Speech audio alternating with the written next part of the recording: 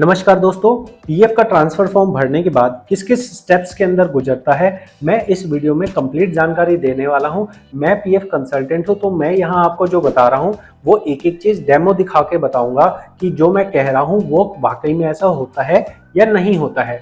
तो इस चीज को आप ध्यान से देखिएगा और प्रॉपर आप चीजें समझ जाएंगे, इस बात की मैं गारंटी लेता हूँ। यहाँ आप ये समझ लीजिए कि जब आप अपना ट्रांसफर रिक्वेस्ट लगाते हैं तो उसको आप कैसे लगाते हैं। आप ऑनलाइन सर्विस में जाते हैं, वन मेंबर वन पीएफ में जाते हैं और इस तरह से आप अपना ट्रांसफर फॉर्म भर देते हैं। जब ट्रांसफर फॉर्म भर दिया जाता है उसके बाद ट्रैक क्लेम स्टेटस में आप अपना स्टेटस चेक करते हैं। तो स्टेटस जब आप टच करते हैं तो आपको कुछ इस तरह से नीचे आना होता है। सबसे ऊपर जो है ये लिखा रहता है कि जो आपने पीएफ निकालने के फॉर्म भरे हैं, ठीक है। इसके नीचे जब आप चलते हैं तो आप यहाँ देखेंगे आपके ट्रांसफर क्लेम के बारे में लिखा है। अब यहाँ मैं आपको ये समझा रहा हूँ कि यहाँ पे इसे आप कैसे समझेंगे। तो सबसे पहले तो ये दिखा है कि भाई ये स्टेटस आपको नजर आ रहा है। सीरियल नंबर मतलब आपने कितने बार फॉर्म भरा है, चाहे एक्सेप्ट हो या रिजेक्ट हो, आपको सीरियल नंबर बढ़ता जाएगा। जैसे इस केस में आप यहाँ देख सकते हैं 3 बार रिजेक्ट हुआ है, लेकिन यहाँ सीरियल नंबर 3 ऑलरेडी आ चुका है, ठीक है। ट्रैकिंग आईडी का मतलब है कि आपका ये ट्रैक कैसे करेंगे, ये पीएफ ऑफिस वालों के मतलब का है, इसका आपसे कोई लेना देना नहीं है। क्लेम टाइप के अंदर ऑनलाइन क्लेम लिखा आ रहा है, 4 जगह आप देख रहे हैं ऑनलाइन क्लेम। तो क्या ये कोई और तरह का भी क्लेम होता है? हाँ, और तरह का भी होता है। एक क्लेम होता है उसे ऑटो ट्रांसफर कहा जाता है, और ये वाला जो आप लगा रहे हैं ऑनलाइन क्लेम, ये वो होता है जिसके अंदर आप मैनुअली जो है फॉर्म अपना फाइल करते हैं, तो इसे बोला जाता है ऑनलाइन क्लेम।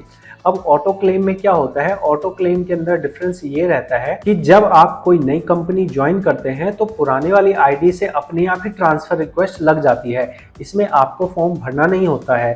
तो यहाँ पे जो एम्प्लॉयर मेंबर के पास भरने वाली बात होती है, मेंबर को भरने की जरूरत नहीं होती, और जो आपकी कंपनी एक्सेप्ट करती है तो कंपनी को एक्सेप्ट करने की जरूरत नहीं होती है। सीधे सीधे पुराने आईडी का बैलेंस ट्रांसफर होने के लिए लग जाता है, और वो जो लगता है उसके अंदर आगे चल के पीएफ ऑफिस से एक्सेप्टेंस तो चाहिए ही होती है, मतलब पीएफ ऑफिस की एक्सेप्टेंस चाहिए। लेकिन यहाँ पे जो उससे पहले के 2 स्टेप होते हैं कि मेंबर पहले फॉर्म भरे और उसके बाद कंपनी एक्सेप्ट करे, वो काम नहीं होता है ऑटो ट्रांसफर के अंदर, समझ गए।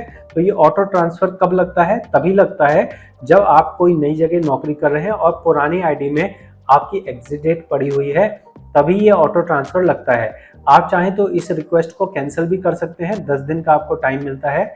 लेकिन 99% लोगों के केस में ऑटो ट्रांसफर को रिजेक्ट नहीं किया जाता है, उसको अपने आप ही ट्रांसफर करने दिया जाता है। तो ये एक अच्छी चीज़ है जो आपको ट्रांसफर में नज़र आती है। नेक्स्ट पॉइंट हम देखते हैं, प्रीवियस और प्रेजेंट अकाउंट नंबर।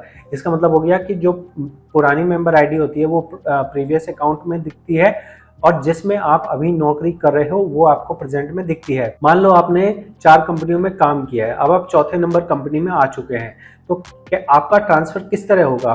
क्या आपको पहले से दूसरे में, दूसरे से तीसरे में, तीसरे से चौथे में करना पड़ेगा? नहीं, ऐसा नहीं है।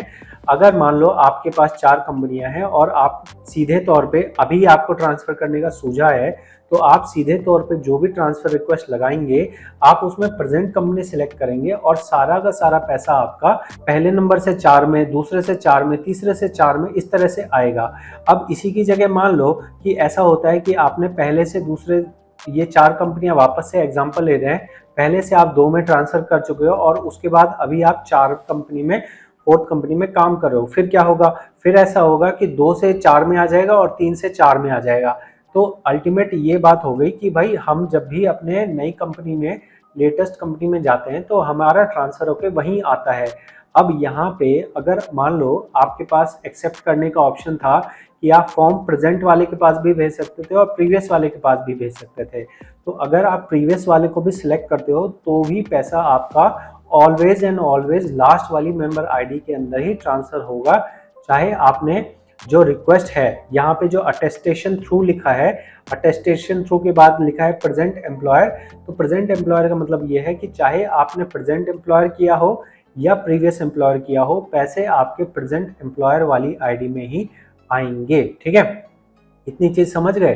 फिर नेक्स्ट स्टेप क्या होता है, यहाँ पे हम क्लेम स्टेटस देखते हैं। यहाँ स्टेटस में आपको नजर आ रहा है rejected by member, rejected by field office, फिर नीचे लिखा आ रहा है एक्सेप्टेड बाय मेंबर, ठीक है, और पेंडिंग एट फील्ड ऑफिस। तो ये क्या मतलब हुआ, इसको मैं समझा देता हूँ। देखो, जब आपका ट्रांसफर रिक्वेस्ट होता है, आपने रिक्वेस्ट लगा दी, सबसे पहले आप हो एम्प्लॉय, उसके बाद है एम्प्लॉयर, उसके बाद है पीएफ ऑफिस, ठीक है। तो पहले एम्प्लॉय भेजता है एम्प्लॉयर के पास, फिर ये एक्सेप्ट जब कर लेता है तो लिखा आता है एक्सेप्टेड बाय एम्प्लॉयर, ठीक है। उसके बाद ये आगे जाता है पीएफ ऑफिस के पास। तो पीएफ ऑफिस के पास ऑप्शन रहता है कि वो उसे एक्सेप्ट भी कर सकता है और उसे रिजेक्ट भी कर सकता है। जब वो रिजेक्ट कर देता है तो यहाँ रिजेक्ट लिखा आता है, और अगर वो एक्सेप्ट कर देता है तो आप बोलोगे भाई एक्सेप्ट कर देता है, ऐसा कोई केस दिखाओ। तो ये देखो यहाँ पे है एक्सेप्टेड बाय फील्ड ऑफिस, तो यहाँ आपको नजर आ रहा है एक्सेप्टेड बाय फील्ड ऑफिस, ठीक है। अभी जब हम ये वीडियो बना रहे हैं अगस्त 2023 के अंदर में, तो यहाँ पे एक बदलाव हुआ है। यहाँ जहाँ आपको एक्सेप्टेड बाय फील्ड ऑफिस लिखा आ रहा है, वहाँ पे आपको नॉट अवेलेबल भी लिखा आ सकता है, ठीक है। तो इसके लिए घबराना नहीं है कि अगर नॉट अवेलेबल आप देखेंगे तो ऐसा घबराना नहीं है कि भाई हुआ क्या, एक्सेप्ट हुआ या रिजेक्ट हुआ।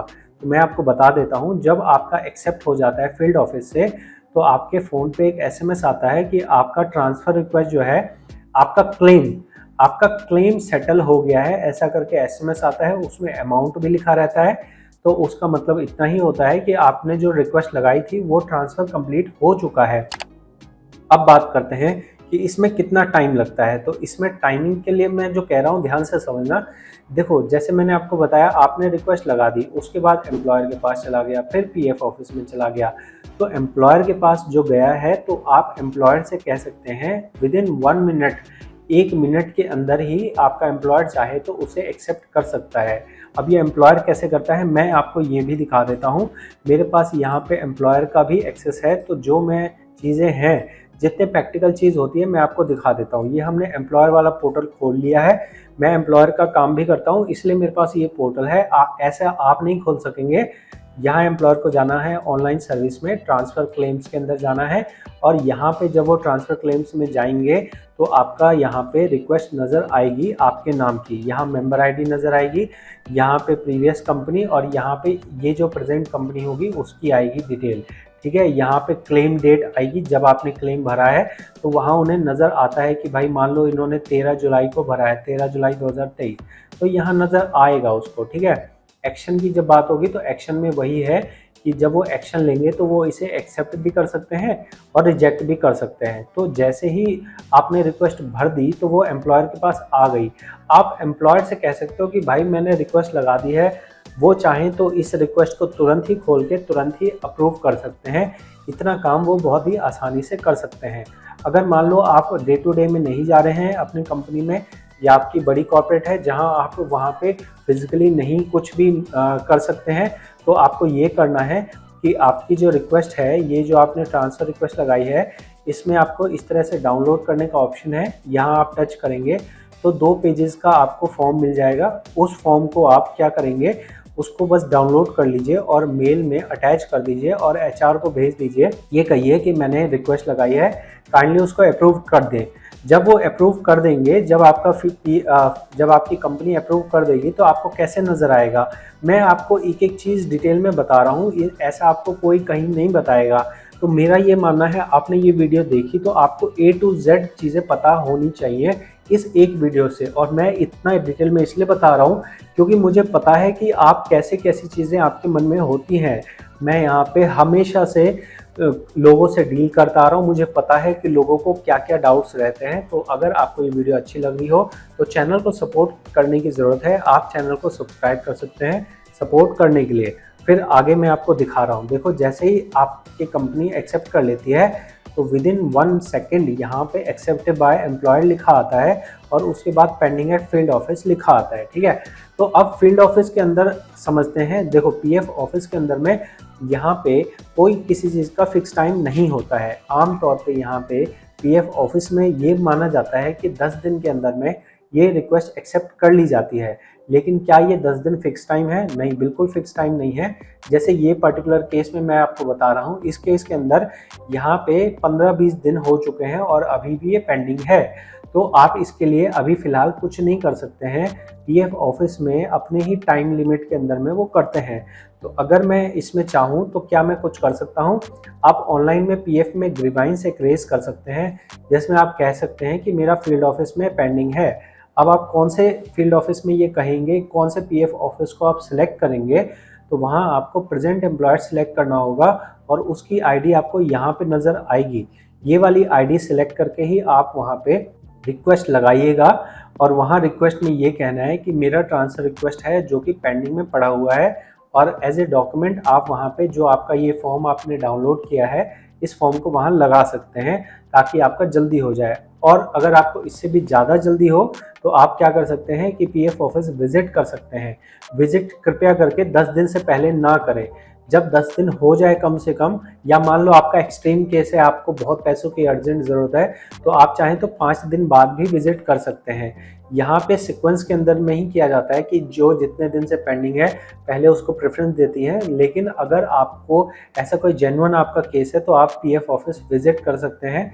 कौन से पीएफ ऑफिस विज़िट करना है? अगेन मैं आपको कहूँगा जिस फील्ड ऑफिस में पेंडिंग है। अगर आपने प्रेजेंट एम्प्लॉयर सेलेक्ट किया तो प्रेजेंट पीएफ ऑफिस में आपको जाना होगा, ठीक है। वहाँ पे आप क्या करेंगे, वहाँ आप इस तरह का जो स्क्रीनशॉट है, ये स्क्रीनशॉट या प्रिंट आउट निकाल के ले जा सकते हैं, जिसमें उन्हें नज़र आए कि आपका यहाँ पे इसी फील्ड ऑफिस के अंदर पेंडिंग है, ठीक है। इतनी समझ गए। अब मैं आपको और चीज़ें भी बताना चाहता हूँ, मेरे पास कंप्लीट जानकारी मैं आपको दूंगा। तो यहाँ देखिए, अब आपको मान लो कि यहाँ पे क्या हो गया, यहाँ एक्सेप्टेड बाय फील्ड ऑफिस हो गया। एक्सेप्टेड बाय फील्ड ऑफिस का मतलब यहाँ आप देख रहे हैं एक्सेप्टेड बाय फील्ड ऑफिस, या फिर दूसरा अल्टरनेट ऑप्शन आपको लिखा आएगा नॉट अवेलेबल। अगर नॉट अवेलेबल आ रहा है तो इसका मतलब भी आप मान सकते हैं कि एक्सेप्टेड बाय फील्ड ऑफिस हो चुका है, ठीक है। तो एक्सेप्टेड बाय फील्ड ऑफिस हो जाए ना, तो उसके बाद एक चीज़ बहुत इंपॉर्टेंट है, वो ध्यान रखिएगा। एक्सेप्ट होने के बाद वहाँ लिखा रहता है सब्जेक्ट टू वेरिफिकेशन। तो जब तक यहाँ सब्जेक्ट टू वेरिफिकेशन लिखा होगा उस ट्रांसफ़र के आगे, तब तक आपका ट्रांसफ़र कंप्लीट नहीं हुआ होगा, आपको वेट करना पड़ेगा। और इसके अलावा आप कैसे चेक करेंगे, मैं आपको क्लेम स्टेटस पे ही दिखा देता हूँ। जब आप अपनी पीएफ की पासबुक चेक करेंगे तो आपको यहाँ पे सेटल्ड क्लेम के अंदर नज़र आएगा आपका ट्रांसफ़र रिक्वेस्ट। तो यहाँ आप देख सकते हैं कि यहाँ जब हमारा सेटल हो गया है तो यहाँ लिखा है फॉर्म नंबर 13 ट्रांसफ़र आउट, ठीक है। सेटल क्लेम में हम देख रहे हैं, और ये हम कहाँ देख रहे हैं, ये हम क्लेम पे टच कर रहे हैं तब हम देख रहे हैं, ठीक है। उसमें हमें डेट दिखा रहा है और यहाँ हमें अमाउंट दिखा रहा है। अगर मैं आपको ये दिखाना चाहूँ कि ये हमें पासबुक में कहाँ नज़र आएगा, तो मैं आपको ये दिखा सकता हूँ। इसके लिए हम क्या करेंगे, इसके लिए हम इसे रिफ़्रेश करेंगे। रिफ़्रेश करके हमें ये लॉग आउट कर देगा और हम वापस से लॉगिन करेंगे, और इसमें मैं आपको दिखा रहा हूँ। और अब हमें जाना है उस पासबुक में जो हमारी प्रेजेंट कंपनी की पासबुक होगी। हम कैसे करेंगे उसके लिए, आप एक चीज़ तो यहाँ देख सकते हैं, मेंबर वाइज बैलेंसेस आप देख सकते हैं कि आपका जो बैलेंस है वो प्रेजेंट कंपनी में आया है या नहीं आया है। कैसे चेक करेंगे, अभी हमारा कंप्लीट नहीं हुआ है, हम जाएंगे पासबुक के अंदर में और पासबुक में हम देखेंगे कि कहीं सब्जेक्ट टू वेरिफिकेशन तो नहीं है। तो यहाँ आप देख सकते हैं, यहाँ पे हमारी पासबुक में हमारा ट्रांसफ़र आ चुका है। यहाँ आप देखिए ट्रांसफ़र इन, ट्रांसफ़र इन। अब ये ट्रांसफ़र इन 2 बार क्यों लिखा है, वो इसलिए लिखा है क्योंकि एक बार प्रिंसिपल अमाउंट आता है और एक बार इंटरेस्ट अमाउंट आता है। तो यहाँ आपको जो 2 अमाउंट दिख रहे हैं वो इसलिए दिख रहे हैं क्योंकि यहाँ पे जो पुरानी आईडी थी उसके अंदर में जो भी बैलेंस था, उस बैलेंस के ऊपर में उस दिन तक का जितना इंटरेस्ट बनता था वो आपको यहाँ पे ट्रांसफ़र कर दिया गया है। तो एक आ रहा है आपको प्रिंसिपल की एंट्री और एक आ रही है आपको इंटरेस्ट की एंट्री। तो यही जो बाइफर्केशन का प्रोसेस है, इसमें टाइम लगता है। जब तक ये बाइफर्केट नहीं हुआ है तब तक सब्जेक्ट टू वेरिफिकेशन लिखा है, और जब तक सब्जेक्ट टू वेरिफिकेशन लिखा है तब तक आपको ये रिक्वेस्ट को कुछ भी नहीं करना है, मतलब इस पैसे को आप फिलहाल नहीं निकाल सकते हैं। जब आपका ट्रांसफ़र कंप्लीट हो जाए, जैसे इस केस में ट्रांसफ़र कंप्लीट हो चुका है, तो अब आप चाहें तो इसको आराम से विड्रॉ कर सकते हैं, या फिर आप मान सकते हैं कि आपका ट्रांसफ़र कंप्लीट हो गया है। कई बार सब्जेक्ट टू वेरिफिकेशन को भी एक्सेप्ट होने में, मतलब इसको रिमूव होने के अंदर 5 से 10 दिन का टाइम लग सकता है। तो अगेन जैसे मैंने आपको बताया कि जैसे फील्ड ऑफिस के अंदर पेंडिंग होने पे आप कंप्लेन लगा सकते हैं, इसी तरह से अगर सब्जेक्ट टू वेरिफिकेशन के अंदर भी पेंडिंग है तो भी आप कंप्लेन लगा सकते हैं। वो कंप्लेन कैसे लगानी है, इसके लिए आप प्लेलिस्ट में वीडियोस देख सकते हैं। मैंने यहाँ पे पीएफ की जितनी समस्या होती है सबके लिए वीडियो बना रखी है। ये जो चैनल है ये पर्टिकुलर पीएफ के बारे में एक एक पॉइंट्स को डिस्कस करता है। आपकी कोई भी परेशानी हो तो आप प्लेलिस्ट के अंदर जाके खुद से इसको देखिए। अगर मान लीजिए आपके पास खुद से देखने का टाइम नहीं है, आपका टाइम कीमती है, तो आप फीस पे करके मुझसे पर्सनल कंसल्ट कर सकते हैं।